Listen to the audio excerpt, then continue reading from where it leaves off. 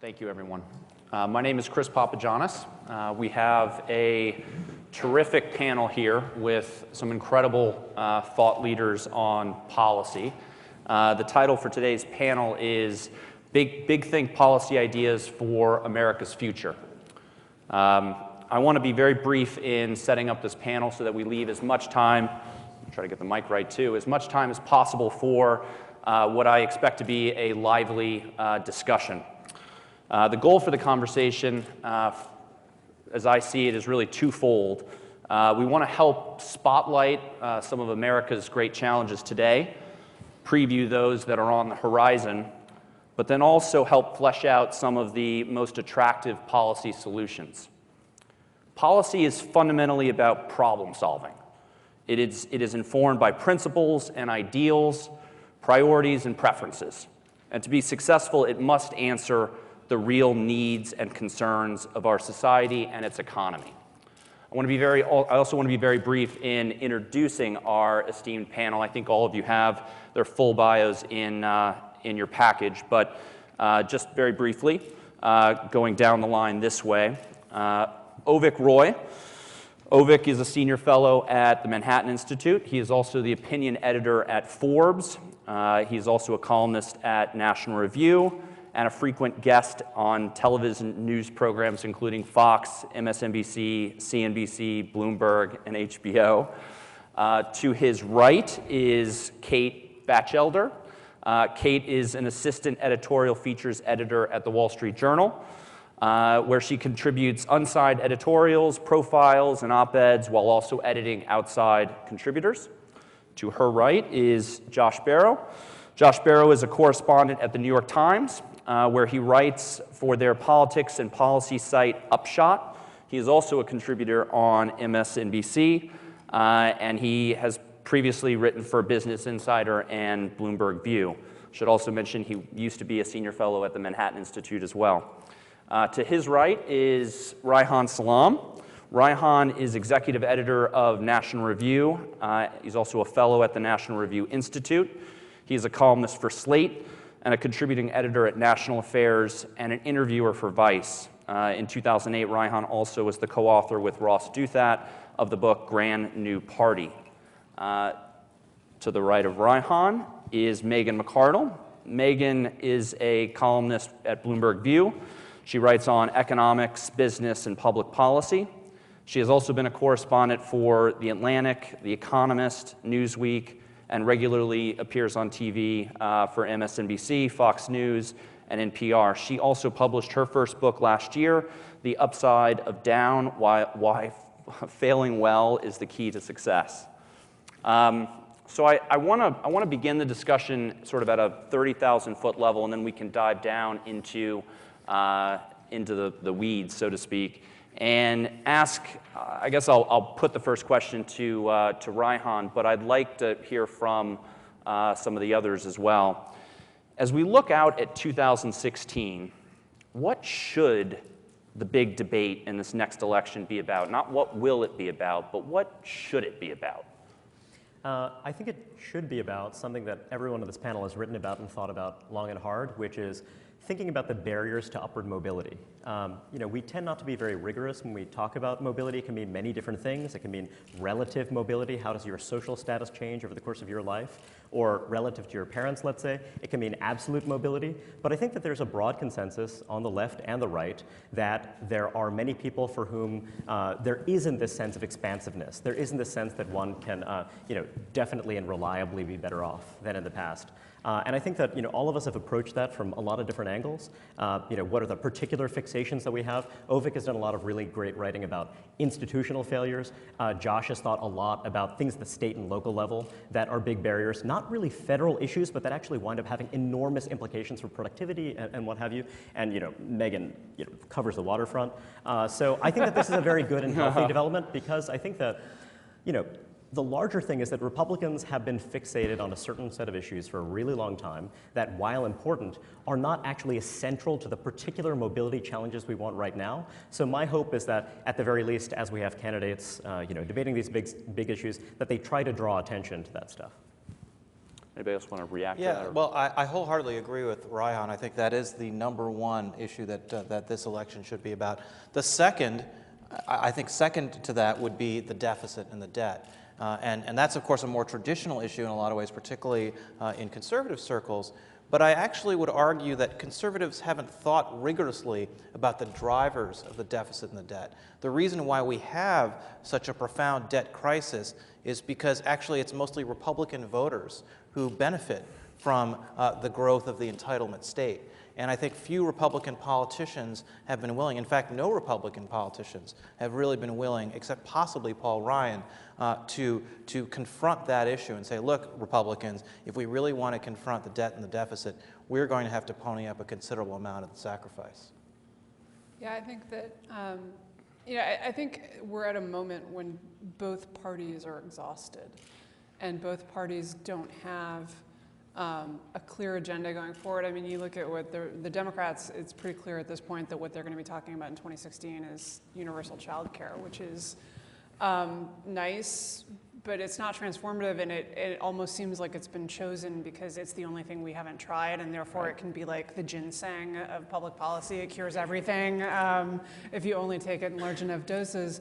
And Republicans similarly, the era of Reagan is over. The era of Reagan is over because you cannot keep cutting taxes and spending a bunch of money on entitlements, right? To spend is to tax, is ultimately that's going to have to be paid for either now or later, but it has to be paid for. And Republicans have gotten away with focusing on the tax side and not really actually getting serious about the spending side, in part because I think I see both parties as being like locked in a game of chicken, where each party is trying to kind of lock in their preferences as much as possible, spend as much as possible, cut taxes as much as possible, and hope that when the crisis comes, the other guy is going to have to make the cuts. It's kind of like a game of chicken, except that like the winning strategy is you throw the wheel out the window. But both parties have now thrown the wheels out the window, and they're just kind of barreling headlong into not doing anything about the fundamental problem. If I can go to 60,000 feet for a second.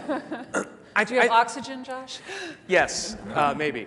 I think there are three really big economic challenges facing not just the U.S., but most of the advanced world that nobody has really good ideas about how to address through policy. The first is that productivity growth has slowed down compared to where it was 40 years ago. And that flows through into slower real GDP growth and slower real income growth. And everybody's in favor of higher productivity, but it's really difficult to figure out what public policies actually lead to productivity growth. The second is that shifts in the economy have put workers in a worse position than they were 40 years ago in terms of receiving a smaller share of GDP as labor income. Some of that has to do with the fact that unemployment rates are above target much more often than they used to be. We just got unemployment back down below 6% in the U.S. after several years above that. But if you look back over the sweep of the last 40 years, it's actually been very common to be on above target unemployment. That puts workers in a position where it's hard to bargain for higher wages. And then the third is a demographic challenge, where basically because birth rates have declined, we're having a shrinking share of the population that is working age, fewer people working, supporting more people at ages at which they are generally net recipients of government benefits. And I think part of the reason that the parties are exhausted, not just here, but I mean it's even worse in Europe, is that I think these challenges are often not very amenable to policy, and certainly not very amenable to the policies that each party has constituencies that they desire to see implemented. And so I think it's a lot of futzing around. I think that's why you see the president out there talking about middle-class economics with basically a slate of 50 very small bore policy ideas that wouldn't do that much to move the needle for the middle class. Republicans are still very focused on these broad ideas about cutting marginal tax rates to incentivize economic activity, which whatever its effect on long-run growth has no particular effect that I can see on that cyclical stuff that has to do with the labor market. And so I think just the answers that people are in a position to provide don't go to those three big things because it's really not obvious always what the government can do about those big things. I think I have a sense the conversation may come in your direction here. I'm sensing a skepticism that sort of tax reform, right, is the panacea, right? From, I think, your perspective, Josh, maybe a little bit came through in your comments, Megan, as we look towards 2016, that sort of the traditional playbook, if you will, for those right of center, that there's not as much maybe mileage to be gained in outreach to voters and making the case that through rate cuts we're going to see more long-term growth. Is that really a consensus, across the panel, or is there some disagreement? I would have to disagree. I really think that the fact that we're at an event called the Adam Smith Society is a pretty good testament to good ideas don't expire. And I think that all of the talk of the era of Reagan is over and it's time to update and do something new is sort of overwrought in a sense, because I do think that tax reform still has huge possibilities, specifically in corporate tax reform and a 10% rate reduction. I mean, I still think that the economic benefits would be huge. And I don't understand the argument of it might work in the long term, but it doesn't work in the short term. Yeah, I'll echo Kate on this. I think that there is actually an enormous opportunity to do high-quality corporate tax reform in particular that would do a lot to lower corporate tax rates in the U.S., make them more competitive globally, and also just eliminate a lot of the compliance costs and inefficiency that come from a complex tax code. I would say that's not the only thing we should be focused on. I think upward mobility and the debt are more important than corporate tax reform. But if it were the case that corporate tax reform, say, would be the one thing we could do together as a bipartisan thing, and that would be the thing that everyone wanted to agree on, great, let's do it. So there's a policy need. I'm going to disagree here for a couple of reasons. So first of all, I should say that one of my very first blog posts, one that I still stand behind, was why we should eliminate the corporate income tax. I think we should get rid of it. It's a stupid tax. It's hard to collect. It generates huge compliance costs. There are other ways to collect that money in a way that's actually even more progressive than what we do. That said, I recognize then and recognize now this is a political non-starter. People freak out when you start talking about it. And the problem with corporate tax reform at some marginal rate is that the complexity doesn't go away. Right? If the rate's 15%, the complexity is not in the rate. The complexity is in what constitutes income. How do we depreciate things? What's the schedule for X, Y, and Z? And that stuff doesn't go away if you cut the rate by 10%. And the rate is then still high enough. The corporations are really, really going to care about gaming it. And they're really, really going to care about having arguments with the IRS about it and getting new rulings and all of the rest of it. You can lower the rate, and it would certainly have some impact on corporate decisions to locate here. I think that doing away with global taxation would actually be a better move on that front, rather than just trying to play with the marginal rates on global taxation, move to a territorial system like the rest of the world has. But in the long run, marginal tax cuts can certainly improve growth, right? But in the short run, you lose more revenue than you gain. What about complexity, Megan? Again, but all of that stuff, right? So we get rid of the complexity and all of the accounting departments go away, right? What happens? It takes them a while to do something else. It doesn't happen next quarter. And unfortunately, the tax year happens in this quarter, and presidential cycles happen in a cycle where it's actually hard to get enough revenue gains from a tax cut now. But that's not an argument for not reforming. That's an argument for reform in the sense that it's so complicated. How the hell are we here on a panel about big think ideas for the future? And we're talking about corporate tax reform. This is such a small ball issue. Whether the rate's going to be 35 or 28 or 25. Conservatives love to talk about other countries that do so much better on corporate tax than we do, even though we have a hybrid system, everybody else has a hybrid system. It's not like we have this weird worldwide system and everybody else is doing this totally different thing. But also, if lower corporate tax rates are so great for economic performance, why is Western Europe, that has been cutting corporate tax rates for the last 20 years, doing worse than we are over the last 5 and roughly the same over the last 20? Well, that's not. So this issue just isn't very that well important. out of that before. Josh, let's take your comment and use it as a pivot. Yeah. When I threw out the question to open the panel, I asked, what should the debate, right, in 2016 be about? We heard answers from some of the panelists. You don't think it should be corporate tax reform, clearly. No. What should it be? I think it should be first about full employment. And the reason why we care about the short term is we're always in an economic cycle. On average, you have a recession, every 8 years or something like that? So if the period of a slack labor market coming out of the recession lasts for, on average, 4 years instead of 2 years, that's an enormous effect on everyday people's lives because it means spending half their life in a period when they are weak in their negotiations with an employer instead of spending a quarter of their life in that period. And then I think the other thing it needs to be about is productivity, but I don't think anybody really has a clear idea about what improves productivity. What's one of the biggest drivers of economic growth? It's tax reform. So I don't think the tax reform is something you can ignore if you want to achieve economic growth and full employment. So one thing I just want to throw out is that there are things about culture that have implications for tax policy and much else, and labor market policy more broadly. So for example, when we're looking at the tax rate, the elasticity of taxable income is different for different groups. So for example, if I'm a middle-aged person, if I'm 45 years old, I have 2 kids and a mortgage, I might be less sensitive to the tax rate than if I'm 25, or if I'm right on the verge of retirement. And so when you look at larger demographic change, it actually has implications for how we ought to think about taxes. Or similarly, there's this woman named Toby Herr who runs a nonprofit group called Project Match.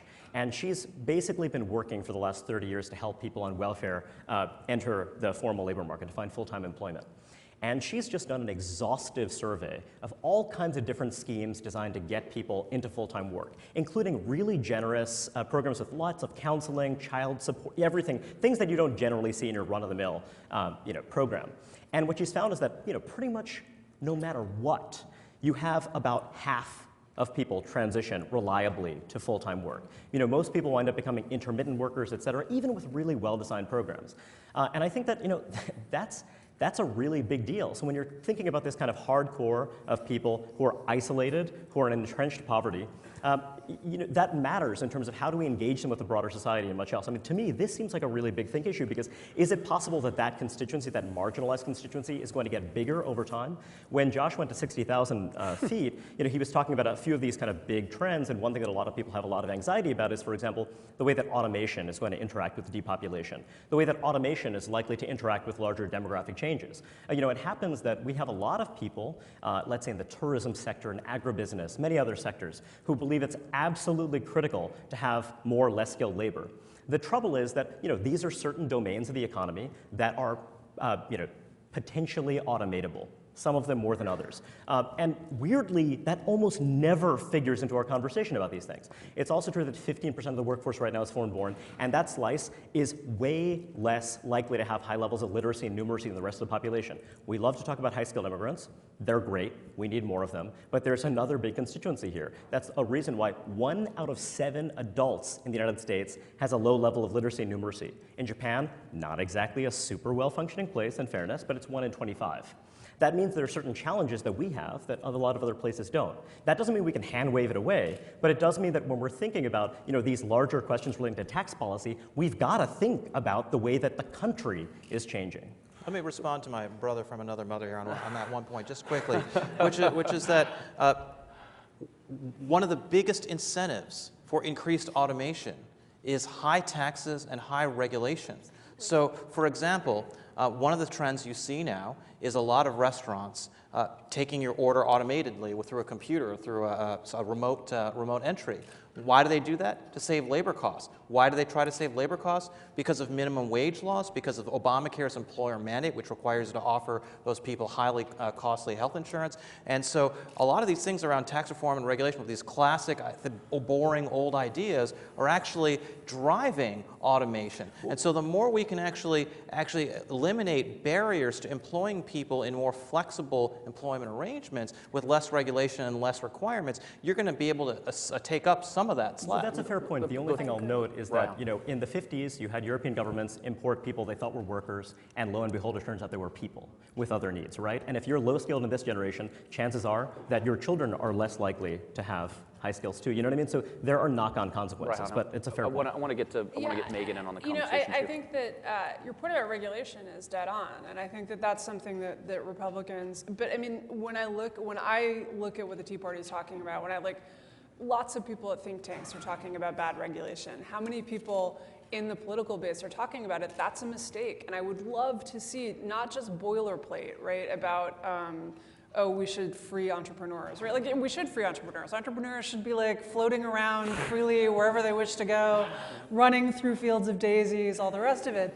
But here's the thing, you need, like, the great thing about Reagan, I was just watching Reagan's speech for Goldwater's campaign, but also his speeches, you know what was great about them?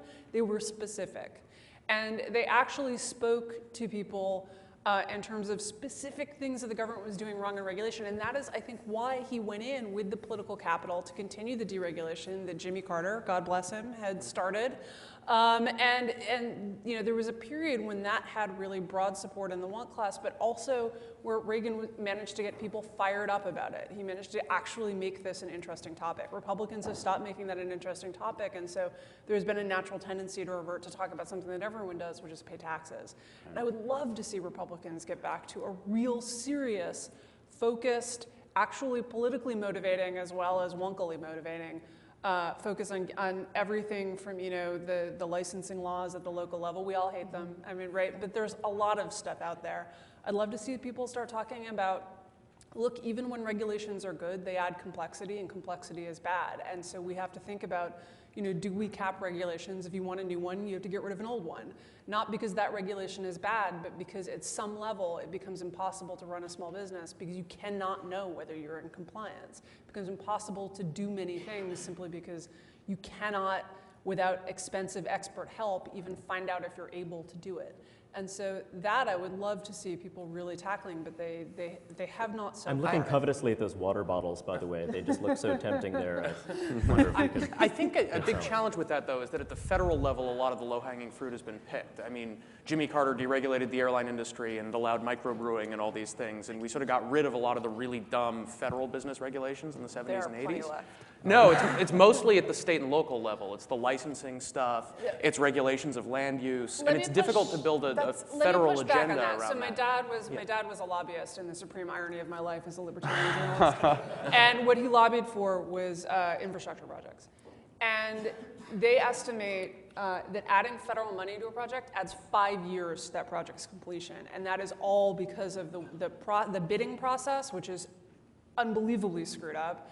The EPA, which is pretty thoroughly captured by the consumer groups and doesn't really care how much it slows down your project or et cetera, and other agencies like that that have basically been captured by interests other than actually making things happen. And that is a big deal, and that could certainly be addressed at the federal level. I agree, there's a ton of stuff at state and local, but I also think that, like, the stuff that was easy for everyone to agree on has been done at the federal level, but that does not mean it has all been done. The Competitive Enterprise Institute does an annual survey of the total cost of federal regulations. Actually, I think it's federal, state, and local, but they also break it out.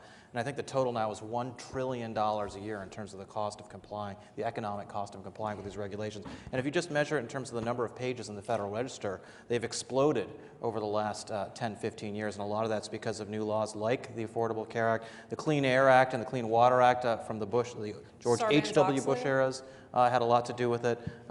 It's a huge problem. But I also think Josh's point is that to some degree, when you're thinking about the labor market and the barriers to entry, a lot of that action is at the state and local level. The federal issues are absolutely important, as I think Josh would agree. But just in terms of moving the needle on mobility stuff, I think that that's stuff that's hard for national politicians in a presidential campaign or whatever to talk about coherently without having a jumble of like federal coercive mandates or whatever else. Let me try to connect just a couple dots. I think, Megan, your comment that entrepreneurs should be allowed to run through fields of daisies and those sorts of things is an applause line for this audience.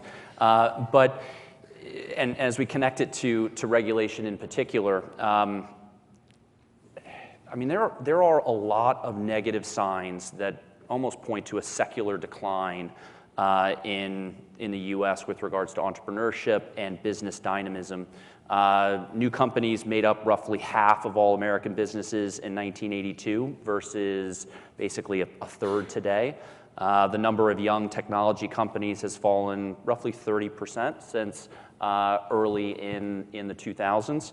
There's something going on here. And we've talked about corporate issues and the corporate tax code, but as we think about startups and we think about entrepreneurship and think also through the lens of regulation, is this a likely big theme as we move out into 2016? Are there ideas to help address what appears to be a pretty alarming trend line?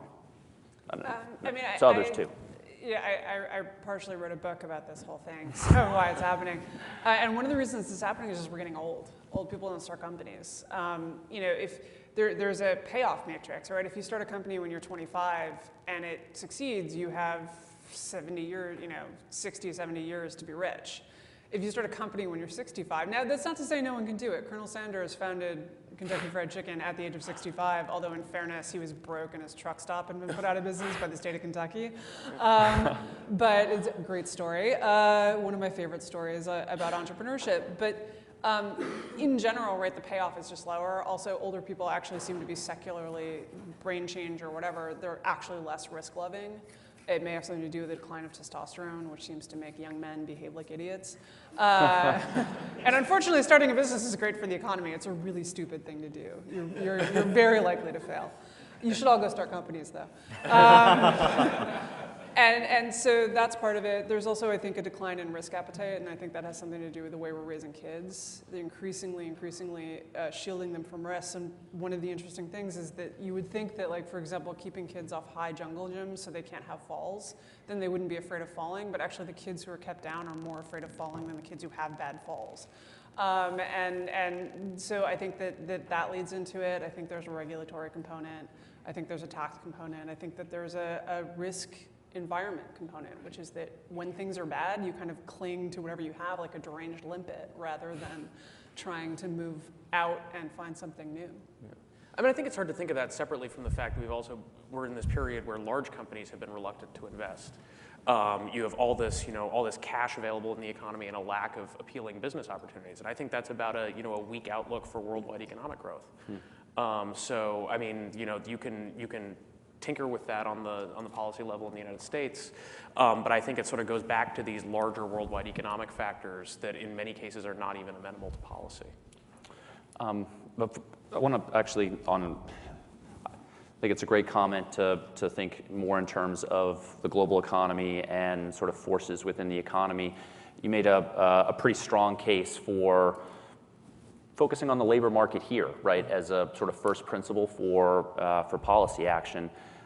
You sort of laid out the problem, but didn't really highlight some specific solutions or ideas that you find attractive. Well, so I think it's difficult to figure out exactly what to do. I mean, I think first of all, monetary policymakers around the world ought to focus more on unemployment and less on keeping inflation down. They've done too good a job of keeping inflation down over the last 7 years, much to the detriment of ordinary citizens in the U.S. and especially the Eurozone.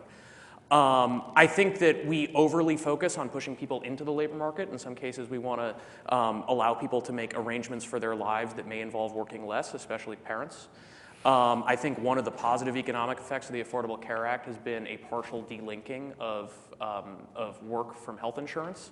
So you have some people who were working principally because that was the only affordable way for them to get health insurance, and now some people can retire at 63 instead of waiting for Medicare at 65. Some parents who could afford to work part-time if they were able to get health insurance through an exchange are able to do that. I would like to see a more aggressive delinking of health insurance from work. I think if you eliminated the employer mandate in the Affordable Care Act, that would encourage more employers to drop health insurance, and that would ultimately be a good thing for the economy because it would be one less lever of power that employers have over workers. But I think it's a challenging question. I don't think anybody has a really full accounting. A lot of people on the left like to point back to the 1950s and talk about high wage growth and low unemployment, and they point to high union density back then. I think a lot of that had to do with the fact that Europe had basically just blown itself up, and we got to sell them a new copy of everything they used to have. So there's a lot that was admirable about the labor market in the 1950s and the 1960s. I don't know that there's much that we can do to replicate it. You touched on healthcare, and there may be some national exhaustion with regards to healthcare as a national issue given the last few years and the ACA and so forth. But healthcare is 17 some odd % of GDP today. It's still on a projected sort of incline to get to high 20s over the coming decades. It's still a fundamental issue, and I thought maybe I'd get a sense maybe from you, Avik, because I know that you've done a lot of work in this area, to get a sense of your expectation for where sort of the health reform debate will go over the next 2 years, and sort of how central do you think it will be, and if it is central, then maybe preview some of the, what do you think are the key debates or the key micro-fights? Yeah, well, first let me underline the point you prefaced your question with, which is that the high cost of healthcare in the United States is one of the biggest. Of course, I'm biased because I work on it, but I would argue it is the biggest, if not one of the biggest, problems that we face as a country. Someone asked a question in the last session about the high cost of higher education, which is obviously something you all understandably care about a lot. And a lot of the same perverse incentives have driven up the cost of healthcare. That is to say, if, say, your local business school, people know that the demand for business school places is so high, and there's a certain way to finance that at a subsidized rate, and people are going to continue to apply to business school and pay, well, people just pay, and the people who can't afford just don't go. And colleges raise their tuitions by 6-8% a year forever, and that's why there's been massive inflation in the cost of higher education, which is a huge barrier to social mobility. The same things are happening in healthcare. So basically, since the government started heavily subsidizing the cost of healthcare for upper income people, through the tax break for employer-sponsored health insurance. By the way, Harvey Gold said that the largest tax break in the code was for the mortgage interest deduction. That's not true. The largest tax break in the code is for employer-sponsored health insurance, which is not taxable not just at the income tax level at the federal, state, and local, but also the payroll tax level, so Social Security and Medicare tax. That costs $532 billion a year in lost revenue to various government entities, which is multiples larger than the mortgage interest tax deduction.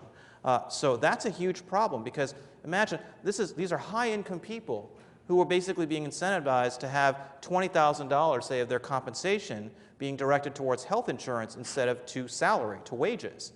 And as a result, people are spending a lot more money on health insurance than they really need to. And that has encouraged doctors and hospitals to charge a lot more for their services, because they know no one is really directly paying for it. It's like an open bar at the Adam Smith Society, right? You don't really care about the price of the bourbon or wine that you're drinking. You just know it's coming down to you. And so this has huge problems for everything. It's the biggest driver of our deficit and our debt. It's one of the biggest barriers to economic mobility, because the cost of health insurance and health care is crushing lower middle income families and low income families. And it's a big problem, obviously, for the economy, because a lot of costs are being drained for employers, and in terms of hiring and employing people in the United States versus other countries is the biggest labor cost. Big part of labor cost is the cost of healthcare. So that's why this issue is so important. What do you do about it? What I've argued in a plan that we put out at the Manhattan Institute last August called Transcending Obamacare is the way to solve this problem is actually through market-based universal coverage, which is to say, what we do in America is upside down to what every other country does. We massively subsidize health insurance for upper-income people and for upper-income elderly people through Medicare, and we don't really do a good job of helping lower-income people get health insurance. So if we actually had a true safety net where we subsidized health insurance for low-income people to buy whatever health insurance they needed or use a health savings account, but stopped subsidizing health coverage for upper-income people, if we just flip that around, and we can do it very gradually over time, then we could actually we could spend a fraction of what we spend in terms of federal spending and state spending on health care, and also create incentives to lower the cost of health care, because all of a sudden, because consumers will be paying for that care directly, they'll demand more transparency, they'll demand lower prices, they'll demand innovation, they'll demand value. Just one follow-up, and I think it'll take us in an interesting direction, hopefully. How much of the innovation on healthcare from a policy perspective do you see really, again, forecasting off into the future, at the federal level as opposed to the state level?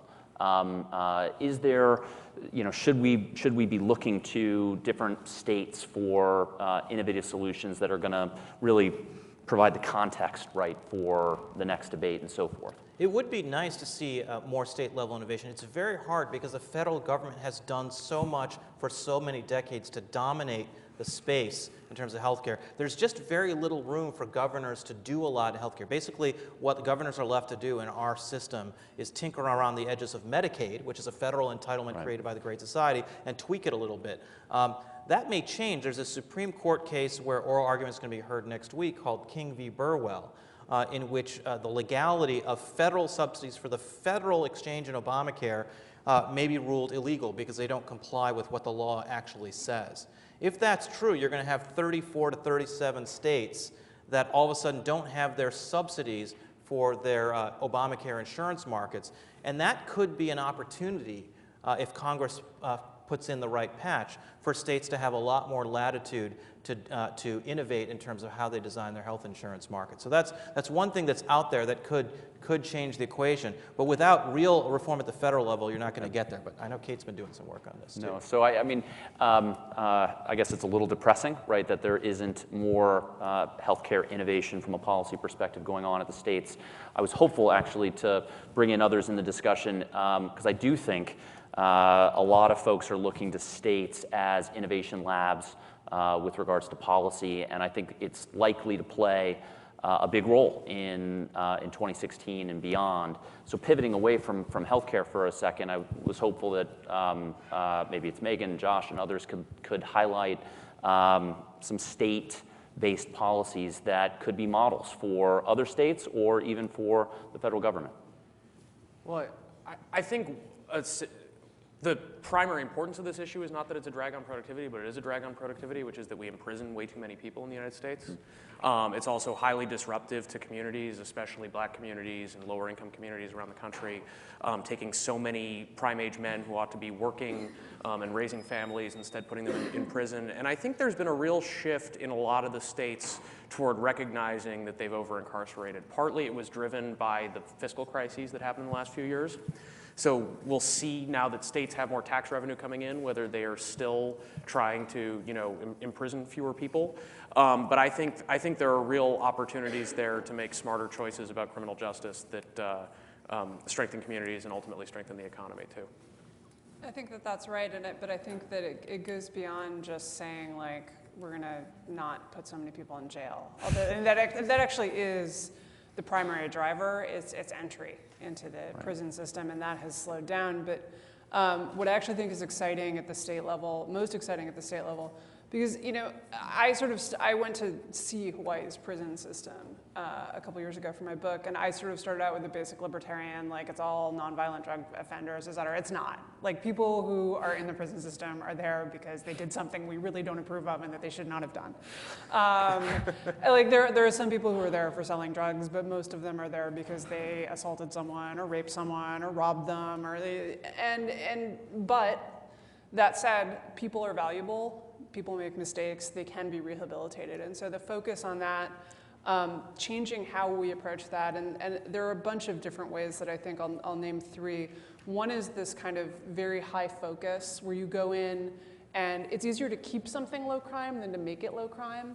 And so you focus on a small group and say, look, I don't care what's going on over there. If any of you guys offend, you are going to jail. We are watching you.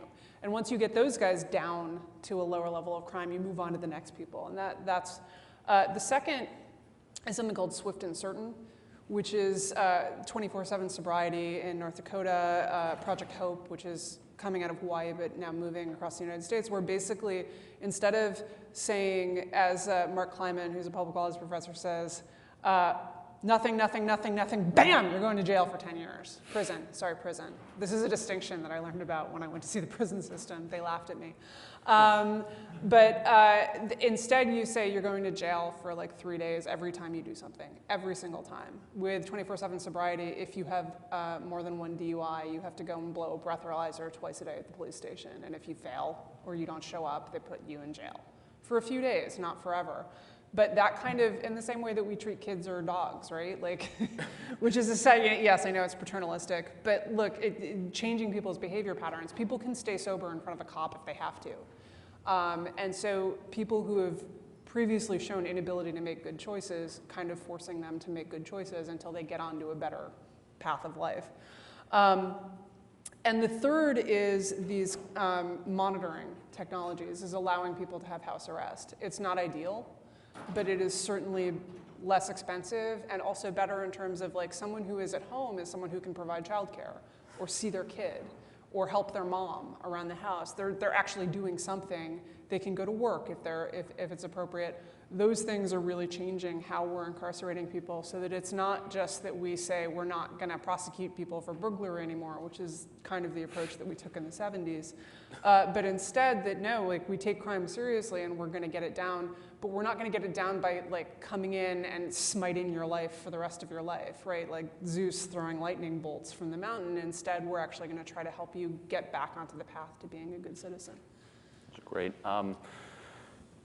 Just very quickly on the criminal justice point, I actually feel like it's very useful as an illustration of some larger principles. So one thing is that state governments are actually really bad at being innovative and experimental, I would argue. Partly because there's this incredible convergence because of the federal government, because of federal regulation, because the way that in education, for example, 12% of the dollars come from the federal government, yet they exert way more than 12% of the control because you have state education bureaucracies that administer this relatively small sum of federal money, and that winds up actually controlling what people do. So that convergence is actually a huge problem if what you want is state-level policy innovation.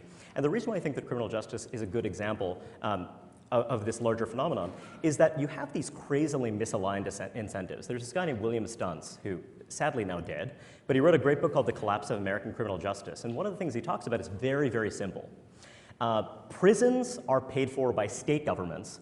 Police are paid for mainly by local governments.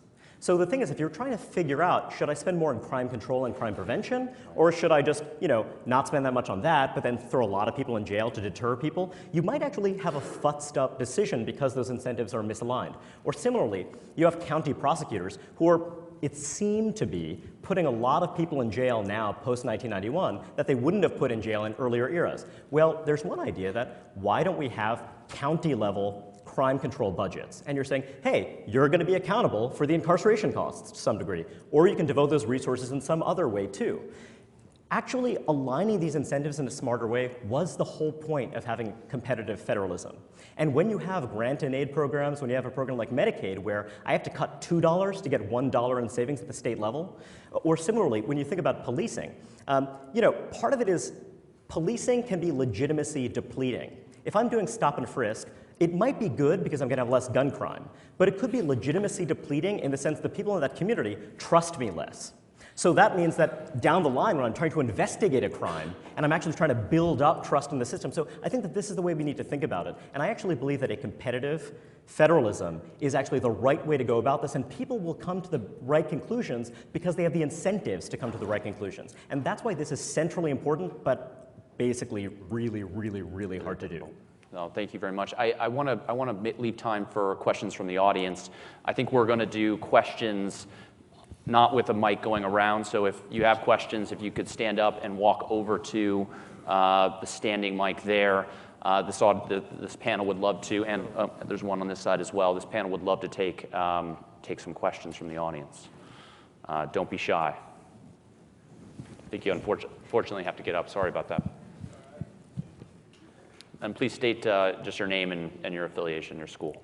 Victor Makarov, Chicago booth. Should we have a consumption tax or an income tax? Thank you. Nice and straightforward. Yeah. Well, if it's an either or, then I think the or would be a consumption tax. But of course, it's not an either or, and that's why there is no consumption tax at the federal level. One thing actually that's interesting on this question is that we hear a lot of talk about, the rich paying their fair share in terms of the individual income tax code. The United States has the most progressive income tax code in the OECD, in the industrialized world, largely because we don't have a federal value-added tax, whereas most other countries do, and therefore the tax burden at the individual level in those countries is more broadly distributed than it is in the United States. A consumption tax is more economically efficient than an income tax. The problem is you also need to have a tax with a base that is sufficient to finance the government and that is sufficiently progressive. That it's difficult to design. A consumption tax is almost always going to be less progressive than an income tax. Even if you do, first of all, people talk about consumption taxes, they think of VATs. You can also have a consumption tax that is filed in the manner of the income tax. You just allow people to deduct all the income that they didn't consume. You could have essentially IRA accounts with no restrictions on deposits and withdrawals. So that would certainly be a better way of doing it than doing a value-added tax. There are two distributional problems with that. One is that the wealthiest people tend to earn a lot more income than they consume. And the other thing is that it's often difficult to measure consumption. For example, when you own a home, you are engaging in consumption every year that you live in and enjoy that home, but that income is not taxed in part because of, that people don't think of imputed rental income as real income, and in part because it's difficult to measure.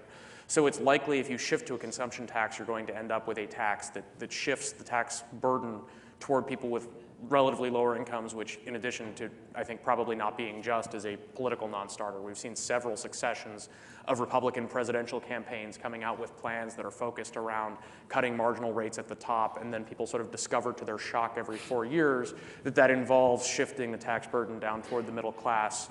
And I think that's not something you're going to sell to the country. Yeah, thanks. Jake Madison from Cornell.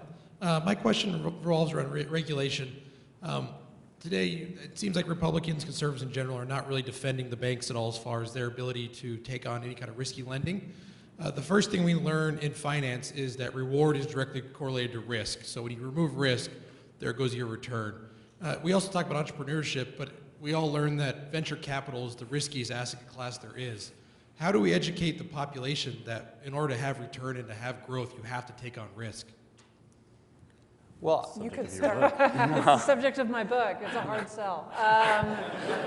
It's people, especially like what you see after a traumatic event is that people kind of want to curl in and not take risks, even if that's not smart. And I think that you are seeing that reaction. There's also a kind of general temptation to blame people. I have now spent 6 years trying to sell the notion that maybe the market just went haywire and no one really did anything they knew was wrong. And I can't tell you the things people have screamed at me when I suggested that. There's a very deep-seated human belief that if something went wrong, someone must have done it. That things don't just happen, right? We don't like chaos, and so we imagine it out of our world picture.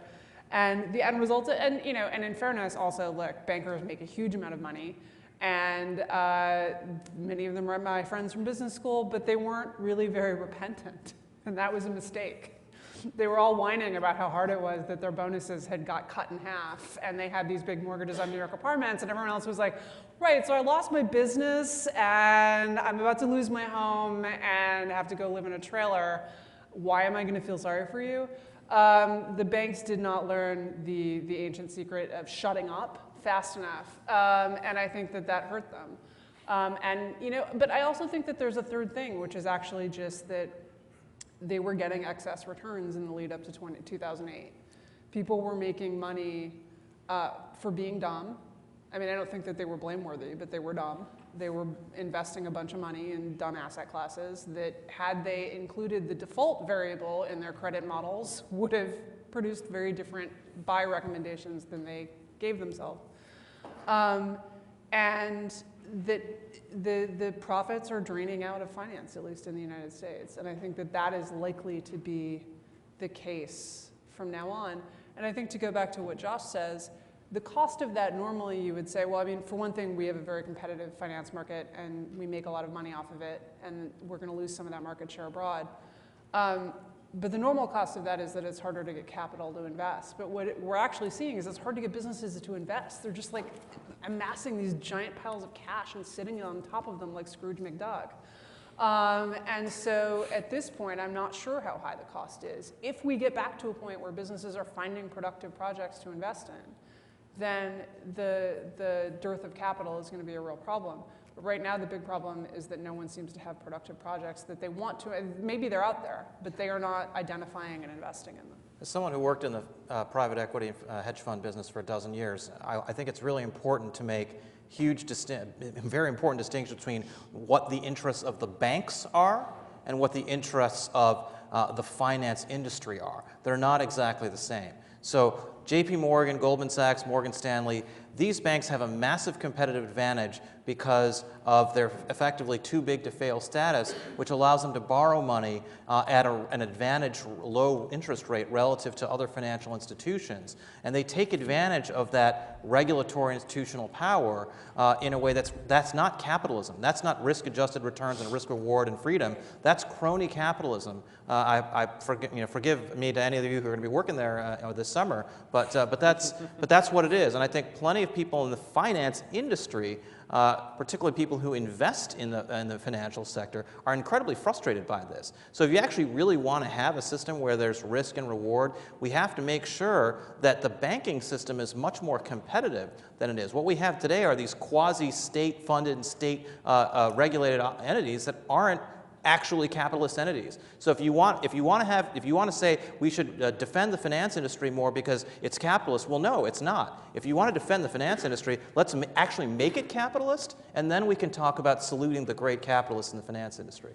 I'm going to keep getting through questions. I don't know who was first standing up.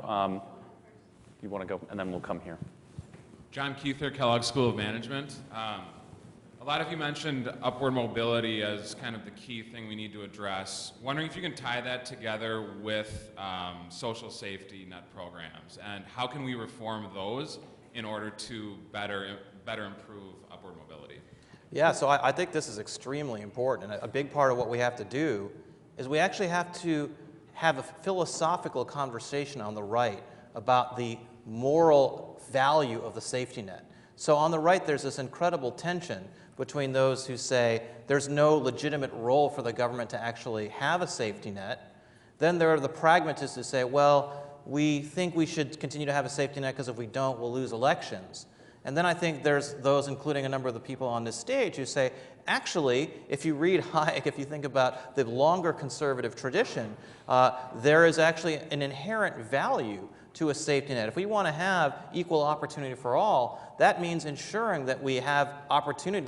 There's a certain amount of state intervention that's necessary to achieve equal opportunity for all. That's, for example, why we have public schools, so that people who are poor have the opportunity to get an education and rise up. I would argue the same is true for healthcare. It's also true for a lot of other things. And again, there are a lot of people on this stage who can make that case. But I think that's a philosophical conversation on the right we have not had, and we absolutely have to have that.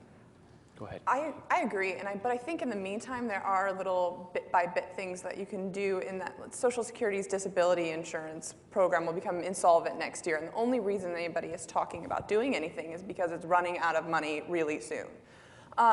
So I think that as these things start to come up, you can start to kind of discuss them. And I don't know in the case of disability insurance if that's really going to be a reality, but I think the things to look at are what's in the worst shape and how do we fix them. In the case of disability insurance, the problem is that people never, that less than 1% of benefit recipients each year ever go back into the workforce, and that multiple injuries combined can, so there are all of these rules, that changing some of these rules could have huge impact. So I understand that, having a philosophical conversation will be important, but I also think that there are small, nitpicky kind of bit-by-bit things that can be done in the meantime.